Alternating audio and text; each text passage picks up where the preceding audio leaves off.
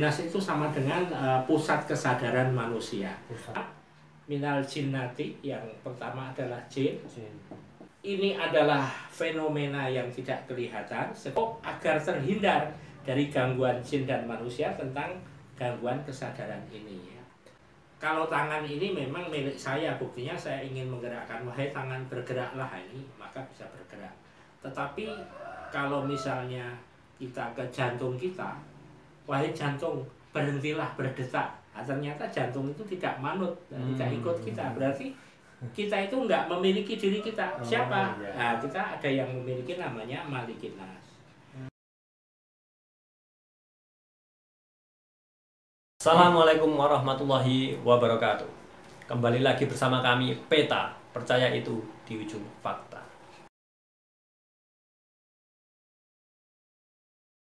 Assalamualaikum Pak Ajib. Waalaikumsalam. Ya, selamat datang di channel Peta, Pak Ajib. Ya. Terima kasih. Ini terima kasih atas kedatangannya. Ini hal baru ini yang mau kita bahas. Kalau kemarin itu dengan Pak Adib itu kita mau membahas sistematik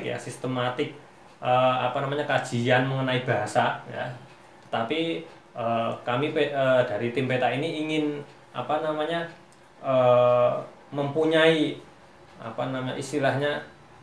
mempunyai kajian baru lah istilahnya, yang membahas bukan tentang bahasa tapi tentang surat-surat dalam Al-Quran itu. Sebelumnya mungkin Pak Ajib, monggo perkenalan dulu ya dengan sobat-sobat Peta yang ada di rumah. Monggo. Assalamualaikum warahmatullahi wabarakatuh. Terima kasih atas waktu yang diberikan kepada saya untuk bisa mengisi acara Peta pada kali ini. Baik, perkenalkan, nama saya Ajib Setiabudi. Saya berasal dari Sleman, Yogyakarta. Dan kemudian memang saya memiliki satu hobi selain hobi yang umum, yaitu seperti ya jalan-jalan ataupun juga wisata gitu. Tetapi ada juga salah satu hobi saya yang lain, yaitu saya itu dari dulu senang mendengarkan ataupun mengisi pengajian. Jadi memang itu satu hobi.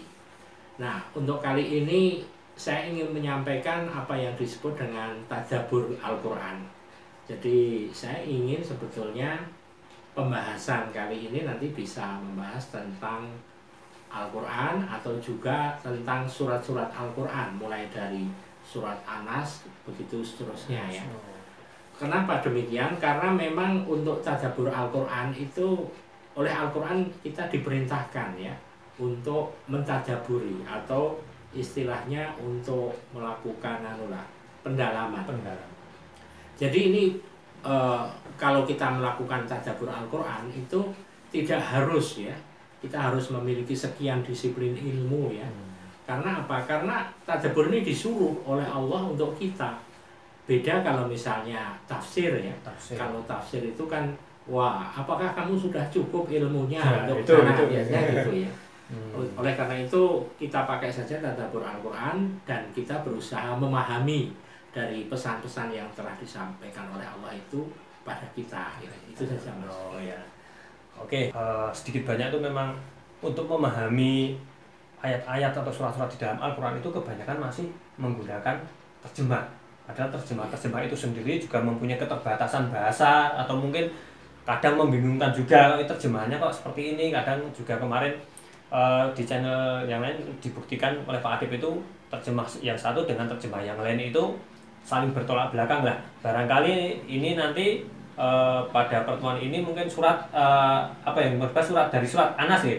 Nah, itu nanti barangkali teman-teman sobat Peta yang ada di rumah bisa mempunyai gambaran lain gitu istilahnya, tambahan wawasan ilmu. Moga langsung saja Pak Ajib, ini kita langsung mulai kajiannya. Monggo. Baik, jadi kita itu memang awalnya bisa mempelajari dari terjemah, tetapi jangan dianggap cukup kalau misalnya kita membaca satu terjemah tanpa melakukan satu perenungan. Jadi misalnya begini, suatu istilah itu bisa kita beri makna secara dekat, atau istilahnya makna qorib, atau makna jauh, makna ba'id. Jadi makna dekat itu adalah makna yang bisa kita peroleh dengan selintas kilas. Tetapi kalau makna yang jauh itu adalah makna setelah mengalami pendalaman, perbandingan, perenungan, dan lain sebagainya. Nah, biasanya ini yang kurang. Sehingga ketika menerima surat An-Nas, kelihatannya itu misalnya sebuah ayat itu enteng, tetapi sebetulnya ini pesan yang mendalam. Nah, ini yang ingin kita sampaikan kepada hadirin ya, bahwa Allah itu kalau memilihkan satu kata atau diksi perkataan itu ya, itu pasti ada pesan-pesan yang memiliki ruang lingkup kedalaman yang jauh lebih dalam dibanding apa yang kita tangkap secara selintas kilas itu. Berarti untuk apa namanya semua ya itu mengacu kepada semua ayat-ayat surat-surat dalam Al-Quran itu mempunyai apa tadi istilahnya makna dekat ya, makna dekat dan itu, makna jauh. Dan makna jauh. Oh, berarti makna terjemah itu berarti makna dekat ya Pak, tidak bisa dan makna jauh itu mungkin bisa dikatakan isi yang terkandung atau gimana? Pendalaman ya, istilah pendalaman makna. Misalnya begini, kalau kita membahas surat An-Nas, Anas ini pada masalah sodr ya, atau sudurinas. Sudurinas itu adalah kalau dari kata sodaro itu artinya tempat kembali atau dada. Maka sudurinas itu sama dengan dada manusia. Tetapi kata sodaro, yasduru, sodron itu sama dengan, kalau kita banding-bandingkan dengan Indonesia itu mungkin lebih dekat istilah kesadaran itu. Sehingga sudurinas itu sama dengan pusat kesadaran manusia. Nah, inilah yang mau dibidik dalam surat An-Nas. Ternyata kita itu punya pusat kesadaran yang itu kadang-kadang diperebutkan ya oleh manusia maupun oleh jin ya. Sehingga kalau berhasil menguasai sodaro ini atau sudur jamaknya ya, maka perilakunya itu bisa dipengaruhi, karena kan segala perilaku itu sangat bergantung dari kesadaran kita. Nah, rupanya orang memahami tentang sudur ini lebih ke makna yang dekat itu ya, dia hanya menganggap itu dadanya manusia gitu, tidak berkait dengan masalah psikologinya manusia. Nah, mestinya ini harus sampai ke sana, karena memang kelihatannya ini adalah bentuk gangguan-gangguan yang akan dialami oleh manusia ketika dia mengelola pusat kesadarannya. Oh, jadi yang dimaksud dada itu bukan dada secara fisik ya, tapi memang secara mana itu pusat kesadaran lah istilahnya. Intinya gitu, dari manusia ketika mau melakukan berperilaku itu kan ada kesadaran yang itu bisa diganggu. Kalau di dalam surat itu ada dari jenis jin dan manusia istilahnya bisa mengganggu.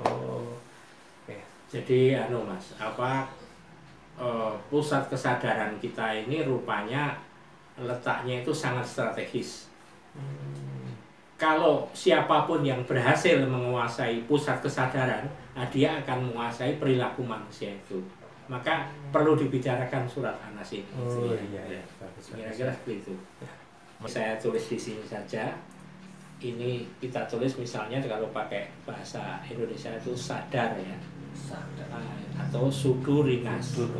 Nah, pusat kesadaran ini karena posisinya sangat strategis ya, oleh karena itu diperebutkan atau dicoba dikuasai.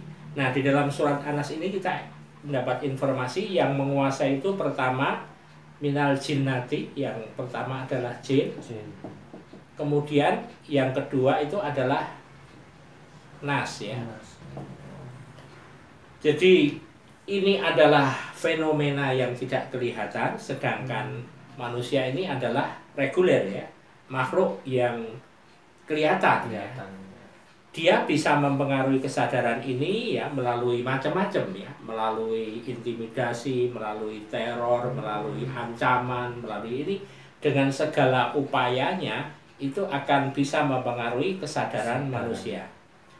Nah, kalau jin ini karena fenomenanya itu tidak nampak, dia lebih bergerak kepada bidang-bidang misalnya komunikasi ya. Jadi kalau misalnya sesuatu itu dikomunikasikan secara tidak benar, maka akibatnya orang yang menangkap itu pun akan tidak benar ya. Maka di sini nanti ada satu kerjasama antara jin dan manusia ini untuk mempengaruhi kesadaran. Nah, inilah yang disadarkan dalam surat An-Nas, yaitu Allah memberikan satu bimbingan doa ya, bahwa kamu itu mestinya berdoa kepada Allah untuk agar terhindar dari gangguan jin dan manusia tentang gangguan kesadaran ini ya.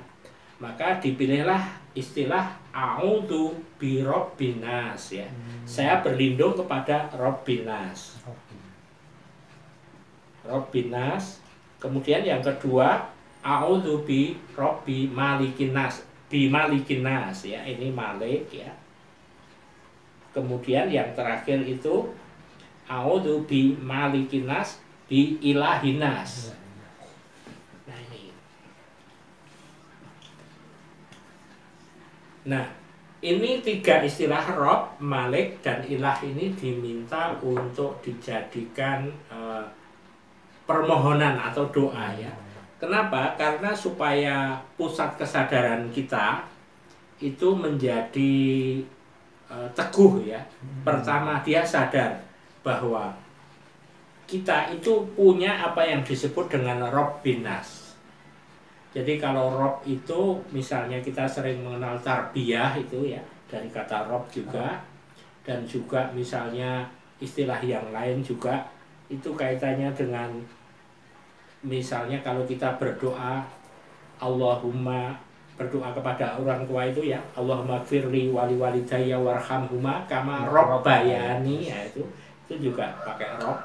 Jadi biasanya diartikan memelihara ya, ataupun juga kalau orang tua kita itu Rob kita dalam arti dia sejak kecil itu ngopeni kita, nah ini dia juga Rob. Nah tetapi ini Rob Binas yang benar-benar lebih sejati ya, maka kita mohon perlindungan kepada Rob Binas yang memelihara manusia sejak dari lahir maupun sampai meninggal ya. Kemudian kalau Malik ini artinya adalah raja, penguasa, atau yang mempunyai, yang memiliki. Jadi apakah manusia itu memiliki dirinya sendiri? Nah ini kita buktikan misalnya begini. Kalau tangan ini memang milik saya, buktinya saya ingin menggerakkan, wahai tangan bergeraklah ini, maka bisa bergerak. Tetapi kalau misalnya kita ke jantung kita, wahai jantung berhentilah berdetak. Nah, ternyata jantung itu tidak manut dan tidak ikut kita. Berarti kita itu nggak memiliki diri kita. Siapa? Nah, kita ada yang memiliki, namanya Malikinas. Nah, kalau Ilahinas, Ilah itu misalnya sesuatu yang mendominasi diri kita dan memang kita membiarkan sesuatu itu mendominasi diri kita. Seperti misalnya La ilaha illallah, tidak ada ilah kecuali Allah. Jadi ilah ini adalah sesuatu yang kita anggap penting dan membiarkan dia mendominasi diri kita. Dan kita mengakui bahwa yang seperti itu hanyalah Allah. Nah, apakah yang lain itu bisa mendominasi diri kita? Ya bisa, misalnya hawahu atau hawa nafsu ya. Hawa nafsu itu bisa menjadi ilah. Maka Allah bertanya, afaro'aita manita khoda ilahahu hawahu ya. Apakah engkau tidak melihat orang-orang yang menjadikan hawa nafsunya sebagai ilahnya? Nah, di sini kita disadarkan bahwa kita itu ada ilah, ada Malik, dan ada Rob. Nah, kita berserah diri kepada itu ya. A'udzu birabbinas, malikinas, ilahinas. Nah, setelah berserah diri, kemudian ayat lanjutannya apa? Ilahinas min syarri waswasil khannas. Nah, kita mohon perlindungan dari apa yang disebut dengan waswas ya. Waswas iwaswisu itu sama dengan bisikan ya. Bisikan. Waswas. Kemudian waswasil khannas yang selalu datang dan pergi atau hilir mudik. Jadi ini kalau bahasa kita mungkin ya semacam inspirasi. Itu kan sering datang, sering pergi, sering datang, sering pergi. Nah, kadang-kadang yang masuk kepada pusat kesadaran itu tidak hanya aspek-aspek yang positif saja, tapi kadang-kadang juga banyak yang negatif. Nah ini ya. Maka pada pusat kesadaran itu terletak apa yang disebut dengan kolb ya.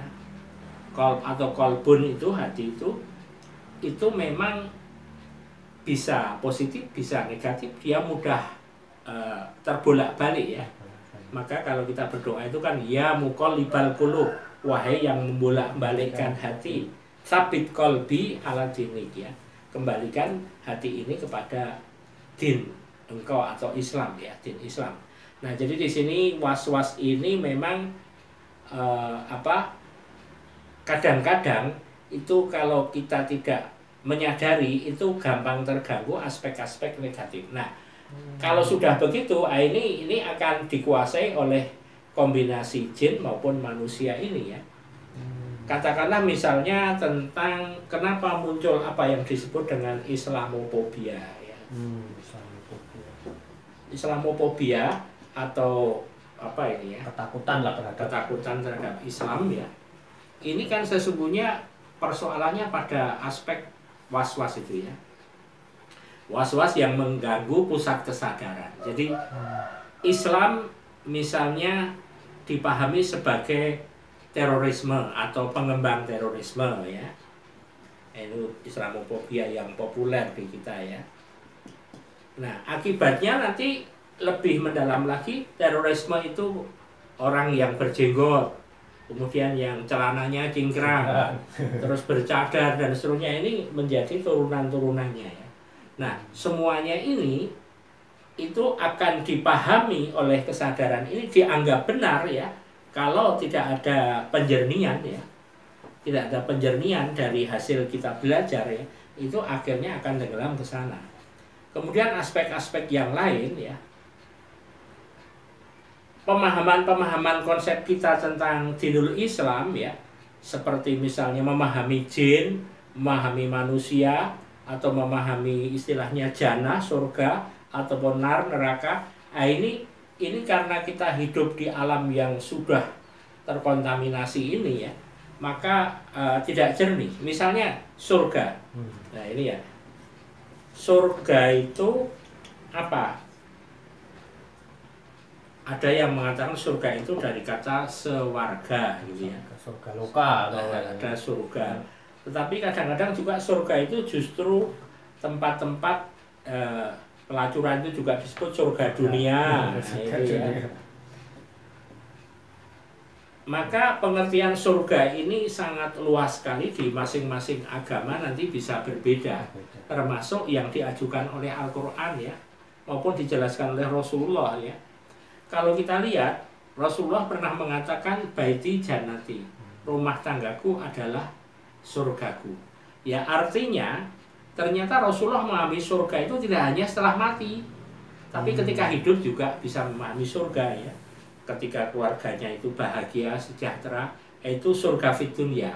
Kemudian kalau di akhirat juga tercipta bahagia sejahtera, itu surga fil akhirah. Maka doanya itu kan Rabbana atina fid dunya hasanah wa fil akhirati hasanah wa qina adzabannar. Pertanyaan nih Pak Ajib, ini berarti di dalam surat An-Nas itu kalau dalam konteks sadar, ini letaknya berarti di mana nih? Hati atau iya, ini hati. Jadi kesadaran itu ada di hati yang kemudian dia bisa dipengaruhi ya, bisa dipengaruhi oleh jin dan manusia. Iya. Ini faktor-faktor yang berkaitan dengan komunikasi. Dan ini makhluk reguler manusia. Berarti yang bisa mempengaruhi hati itu bisa dari golongan jin dan bisa dari manusia, dan itu dari bisikan ini, was-was ini. Ya, masuk berbentuk bisikan. Berbentuk bisikan yang dia bisa mempengaruhi kesadaran itu, bisa positif, bisa negatif. Iya. Apakah kalau dari jin itu juga ada bisikan positif?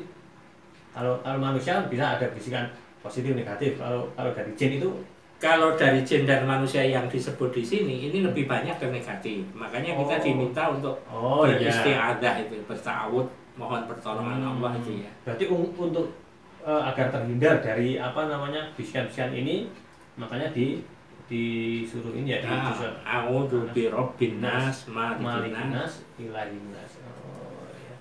Jadi memang di dalam surat An-Nas ini kita disadarkan ada musuh-musuh yang kamu itu tidak bisa menghadapi. Antara lain namanya was-was itu. Nah, cara menghadapinya itu adalah dengan meyakinkan diri kita dengan cara a'udzu birabbinas malikinas ilahinas, sehingga orang itu kan sering mengalami apa yang disebut dengan ragu-ragu itu. Ragu-ragu. Sebelum mengambil tindakan, sedang itu kan ragu-ragu ya. Bener nggak ya ini? Saya jadi kesana nggak ya? Nah ini akan bermain. Itulah yang membuat misalnya pamannya Nabi Muhammad Abu Thalib tidak jadi masuk Islam walaupun mendukung Nabi, ataupun juga Abu Lahab dan lain sebagainya. Itu kan dari kesadaran itu ya. Masa sih ini cuma ponakan saya menjadi seorang nabi ya itu ya. Ya kalau kita ada ponakan yang tiba-tiba ngaku nabi itu kita kan juga agak sulit gitu ya. Jadi tetapi itu kalau kita turuti tidak dipertimbangkan dengan cara-cara yang lain, itu akhirnya ya seperti yang kita lihat itu akhirnya terjerembab ke sana. Berarti konteks surat Anas ini lebih ke, bisa saya simpulkan ini lebih mengarah ke psikologis ya, psikologis manusia untuk membangun dirinya sendiri ya. Nah, jadi nanti ada 2 surat kan yang ta'awud itu. Pertama surat Anas ini lebih ke bagaimana membangun benteng psikologis ya, punya tameng yang baik. Kalau yang surat Al-Falaq itu justru bukan psikologi, justru yang di luar psikologi, non psikologi itu gangguannya. Kita bahas sebenarnya surat Anas ini mempunyai kandungan yang begitu hebat ya, daripada kita membaca terjemah ya, bahwa ini sebenarnya kalau saya menangkap dari penjelasan Pak Ajib sendiri itu adalah kita membangun psikologis pribadi yang